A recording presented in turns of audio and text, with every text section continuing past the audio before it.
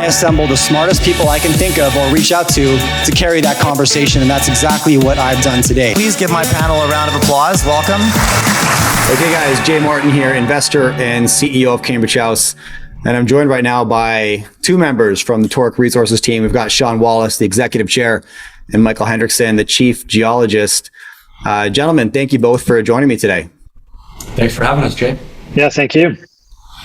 Well, it's good to have you both on, and you've both been on my channel before because I've covered every story that you guys have been involved with. And so, Michael, you've been on the show when we were covering Fury, and Shawn with Torq, and Ivan Bebek, of course, has been on my channel numerous times, very familiar with my audience, and I've been a shareholder of all the family of companies from your crew. And we've covered Torq a couple of times. I had yourself, Shawn, on the channel last June, where we introduced a story.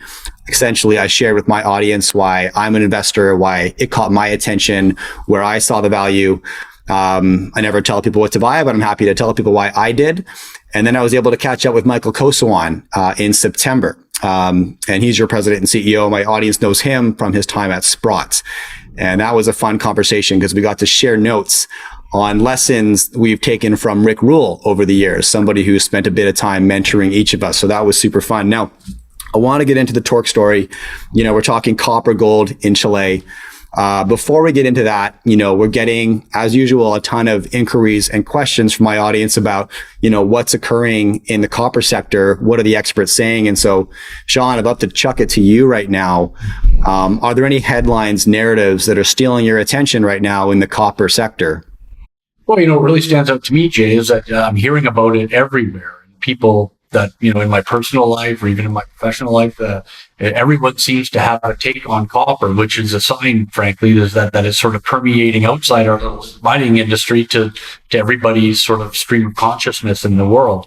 And I think, at least from what I've experienced, is people generally have really glommed onto this electrification, be it from vehicles, of other modes of transport, green energy, all these sort of things. All these sort of things use copper. And we even see here recently all the leaders of the world coming together for this summit, and they're all making all these pledges. And when you look, if you sort of unpack how they're going to be able to achieve these pledges that they're making, it's all bullish for copper. So, you know, I don't try to get too fancy about it. There's a lot of other reasons I could go on about here, but to me, that's the sort of pervasive in everyone's life sort of aspect that we're dealing with that's very, very supportive of bull market for copper. You know, and then being someone inside the industry, you realize that there's not a whole lot of big new copper mines that have come on stream here recently. The big ones are getting depleted. And frankly, you know, these mining companies, because they want to satisfy their shareholders, are going to up their production to as fast as they can to meet the demand, which is what a proper business does. I think all of this just is creating a perfect storm for copper. Lack of supply and increase of demand.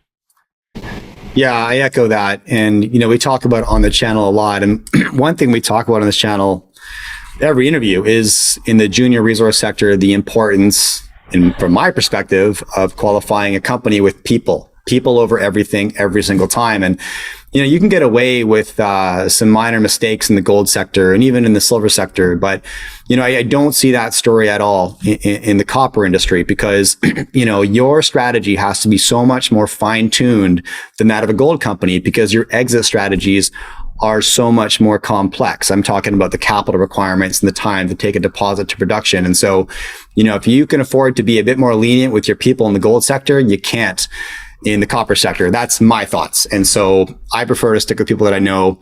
And I have a high level of confidence in you both and the team you've built. So let's talk about Torq a little bit because the last we had Michael Kosowan on the show is in September. At that point, we had two projects in Chile, Margarita and Andrea. He told me to wait any minute for the drill program to begin on Margarita and that you'd be looking forward to Q1 to begin drilling on Andrea.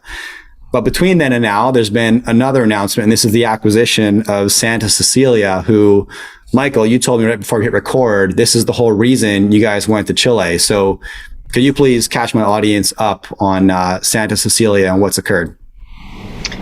Yeah, certainly. I mean, we've just been fortunate enough to sign an option agreement on an asset that's extremely rare. Santa Cecilia is situated within the Maricunga belt, obviously world-class deposits throughout the entire belt. But if you take a look at our neighbors, in particularly at Norte Abierta, which is a 50-50 JV between Barrick and Newmont, that's 50 million ounces of gold and 13 billion pounds of copper situated right beside us.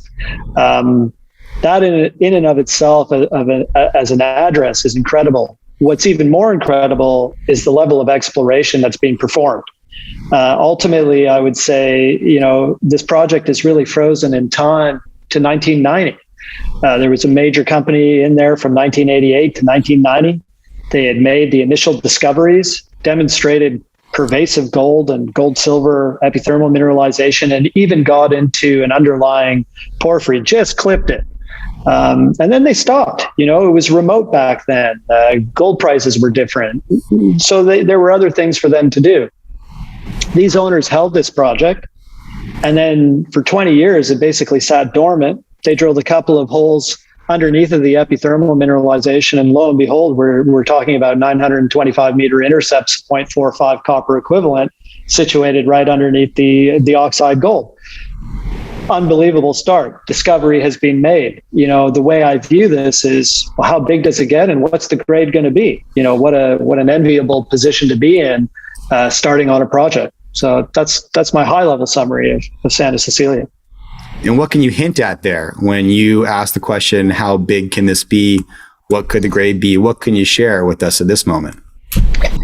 I just think you have to take a look at our neighbors. The Caspiche and Cerro Casale deposits are each roughly 25 million ounces of gold and 6 or 7 billion pounds of copper. That's the district we're in. That's our neighborhood. Certainly, I think that, that's what we're shooting for, and let's see what the drill bit delivers. But ultimately, I think from a geologic perspective, that's a possibility. And just to be able to say that is something in and of itself. And Shawn, anything you would add to that? Yeah, no, obviously you work your whole career to get an opportunity to explore on a belt like this. And, a lot of my career has been working on these big gold copper projects. In an earlier life when I was with Hunter Dickinson, we did Mount Milligan, Camas, Pebble, Prosperity, Shitongmen. So I love these big bulk tonnage gold copper porphyries. I know what they look like. I know what they feel like. I know how the challenges that you come across when you're exploring them. I also know how to unlock the value for them. And I think our team is similarly oriented to it. So for me, it's like coming home here. I'm very, very excited about this. I haven't had an opportunity to work on a project like this in 15 years. And so I'm extremely pleased that our collective efforts have landed us in a position to go do this now. Yeah. And I was pleased to see the market response to this acquisition. You got a positive response, and obviously shareholders are paying attention. What can we learn about trigger points staying with Santa Cecilia right now, news flow over the near term, any events that we can look forward to? Well, I think with Santa Cecilia, we've just really got our mitts on it now. We only announced it last week. Before that, we were able to do our due diligence, which gave us the confidence to make the acquisition and to, begin doing sort of cursory level planning about what we would do if we got it. But now we've got it. So now our team is beginning in earnest. We're working on social license, obviously working the ESG factors, making certain that we're good corporate citizens and we're good guests in Chile, the company that's hosting us to go do this dream project of ours. We have to let our geologists go into that old core shack and relog a bunch of that core, really get our science up to speed with what our due diligence did, get our social stuff on track, complete a financing before we get going there. We'll be doing that here in the next few months. And I think we're ready to go here in the first quarter of next year. You're going to start seeing a lot of news out of Santa Cecilia. Between now and then, obviously, we'll be reporting on any of the incremental sort of milestones that we achieve. But, the main event, which is the drilling, which is the one that everybody wants to see happen, that will be sometime in the first quarter in the new year here.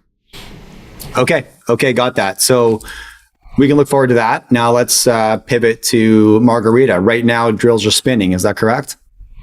Yeah. Yep, that's right. We've just started our drill program. So, got our 4,000 meter program designed and obviously looking forward to results sometime in the new year. Okay. And are we still on track to begin drilling on Andrea in Q1 as well? Yeah, I mean, we have that option in front of us for sure. And I think with the acquisition of Santa Cecilia, we just want to be sure that we're being disciplined from the resources available to us. People, the ability to permit, all of these things. So, right now we're prioritizing as we go. We're learning a lot about what needs to happen at Santa Cecilia. I don't think we've made any final decisions yet, but it's certainly nice to have that option sitting there in front of us right now. Okay. Yeah, that makes sense to me. With this new project, you might switch your focus. Anything you can update my audience on the Margarita project for now? Yeah, I mean, I think from the technical perspective, what we've seen here is, the thesis has always been there's all this abundant copper oxide on surface. And, the idea was to go find the copper sulfide source. Could it be big? Could you get onto a Manto Verde or a Candelaria or a Santo Domingo, which are the big deposits in our neighborhood? And, we always knew we had the IOC, right? The iron oxide, the copper was there. We always wondered about the gold. And what's happened is we've clearly defined that there's gold in this system as well, which has been excellent. So we get these breccia bodies, they're hosted in iron oxide, hematite breccia bodies with silica, and they're running sort of, 0.2 up to a gram gold. That was a key thing for us in terms of our, appreciation of what the system could deliver. I think we're also in the midst of, we have all these internal debates. Is it a true, iron oxide, copper, gold? Could it be a porphyry? We talk extensively about this in-house with the technical team. And basically, I think the conclusion is, looks like a bit of a hybrid. We actually don't know. We see porphyry phases in there that, look like bona fide, porphyry mineralization, but there's also the IOCG component of this. So I think, the first 4,000 meters is just going to be super telling to us. We're going to learn a tremendous amount. Obviously we hope to get into some copper sulfide mineralization, but my guess is there's going to be some surprises along the way here. The exploration work today, it's been very, very compelling. Now it's going to be the fun part in terms of seeing what comes out of the drill holes. Now, what's so unique about the geology, Michael, that the first 4,000 meters will be so telling? Because Michael Koswan made a very similar comment, speaking to essentially the efficient exploration that should give you answers faster than normal or faster than his previous experience. Can you elaborate on that a little bit and maybe speak to my audience who isn't geology savvy? Yeah, certainly. I mean, the first thing about Margarita is it's never been drill tested from a sort of modern perspective. The drilling that's been done on the project was shallow. It was looking for copper oxide, something you could leach, very cheap processing, et cetera. And nobody ever took that sort of perspective of, could there be something bigger lurking here? What else could be here? And so when we, acquired the project and we got to work, we did the first complete geophysical survey over it. We upgraded the geology, got a good geochemistry understanding of it. And so for the first time, all the pieces that you need from a scientific perspective are there, which allows us to target properly. And so I think when we look at that and we sort of, we talk about the fact that, could be an IOCG, could be a porphyry, the drill's going to tell us. And I think that's where the learning is going to come in. I do anticipate surprises, hopefully pleasant ones. Let's see what happens in those first 4,000 meters. But, do I think there's a good chance of a serious discovery there? 100% I do. Okay. Thanks for that. Now, Shawn, I want to pass it back to you. And, knowing what you know about the strategy you guys are implementing, the recent acquisition, what we've uncovered there, what should shareholders be paying the most attention to right now, right? Where should their core focus be? And we're looking at the trigger points for Torq Resources over the near term. Yeah, well, I think obviously you'd want to keep your eye keenly on the copper market and the belief that all the fundamentals that are pushing that are still intact. Just putting on my investor hat. But I think that's kind of a no-brainer. I don't anticipate much risk to this enterprise from that angle. I think, the fact that if we can obtain our community agreements and our permits in time, that will have us up and drilling in the new year. I think that will be something that will be a good catalyst for optimism, if you will. I can't say, however, that that isn't as onerous a task as it may sound to some people. This is an area where the communities have been engaged with mining companies before, particularly on, say, Santa Cecilia. The communities, there's 50 million ounces there right around. I mean, they've been engaged, they understand what exploration looks like. They know what happens when something gets successful, the kind of activity and the kind of benefits that they can look forward to. I think that I would be keen on that. And I also think, drilling. What are the results from this Margarita? I think obviously that's, we're having an iterative conversation with these things that nature has given us here. And so we're asking it a bunch of questions and we're using very dear capital to ask them. And it's the answers that are going to govern what we do next. So I think, drilling at Margarita, definitely the expediency with which that we can get drilling at Santa Cecilia.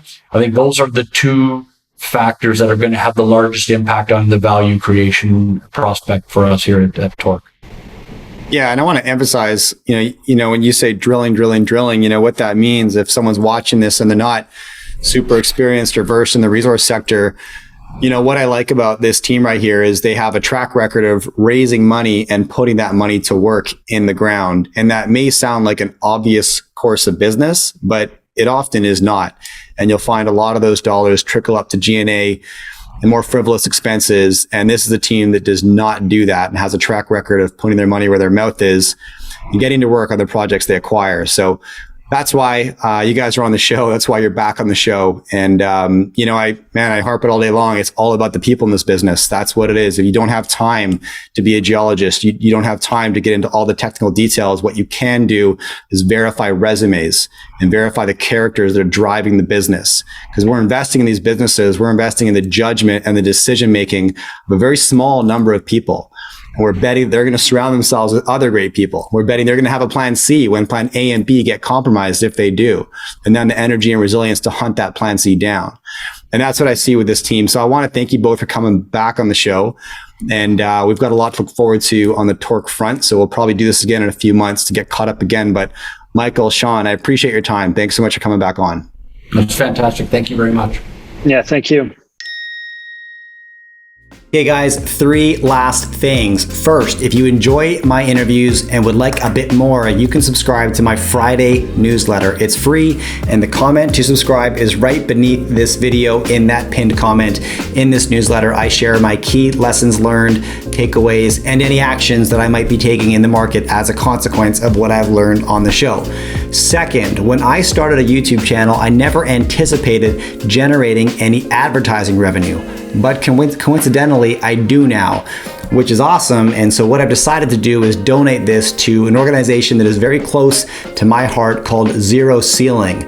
Their mission is to end youth homelessness. The way they do this is by providing young people experiencing homelessness with supportive housing, employment, professional support, life skills, and outdoor adventure. Because often young people in urban centers with no resources will never get the opportunity to experience wild places, nature that can be so transformational, and absolutely was for me. Third, if you prefer to listen to my content, you can now find us wherever you listen to podcasts. Just search for The Jay Martin Show.